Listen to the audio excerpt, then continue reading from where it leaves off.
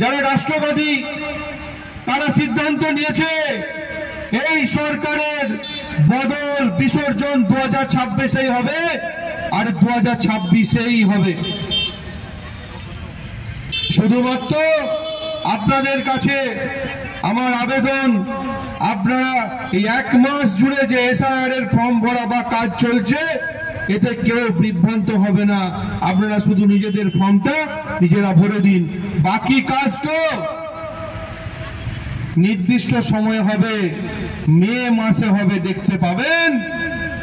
পশ্চিমবঙ্গ জুড়ে যেইভাবে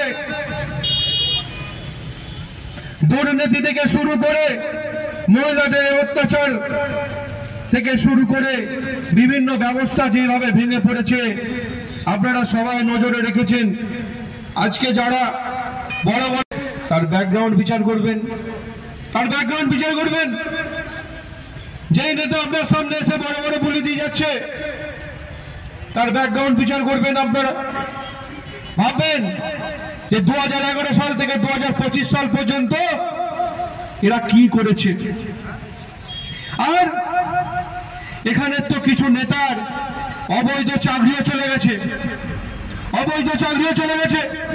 যেই চাকরি এই গভর্নমেন্ট এই তৃণমূল কংগ্রেসের নেতার দ্বারা হয়েছিল আজকে অযোগ্যদের লিস্টে তাদের নাম বেরোচ্ছে। লজ্জা পাওয়া উচিত। নিজের গালে নিজেরা থাপ্পড় মারছেন। আর পরিস্থিতি রাজ্যের মানুষের কাছে আপনারাই স্পষ্ট করে দিচ্ছেন যে আপনারা কোথায় আছেন আর কত বড় চুরি করছেন আর কত বড় চোর। আজকে ভাবুন আরামবাগ ব্রিজের কথা ভাবুন। আরামবাগ ব্রিজ 5টা 6টা জেলাকে কানেক্ট করে। রামকৃষ্ণ সেতু 3 দিন, আজ থেকে 3 দিন ধরে বন্ধ, কিচ্ছু যাবে না। কোথায় যাবে মানুষজন? কোথায় যাবে? কে নেবে? তাই বারবার ইঞ্জিনিয়ার আসছেন, একবার করে দেখছেন, বলছেন ব্রিজ ঠিক আছে, আর ব্রিজ ভেঙে ভেঙে পড়ছে। এই তো সরকার চলছে। আজকে মায়াপুর থেকে আরামবাগ যেতে গেলে কোনো বয়স্ক মানুষ যদি গাড়ির মধ্যে যায় তার শরীর ভালো থাকবে না, তার কোমরে ব্যথা হবেই হবে। ভালো মানুষ খারাপ হবে। গাড়ি 10 দিন ছাড়া একবার করে সার্ভিস করাতে হবে।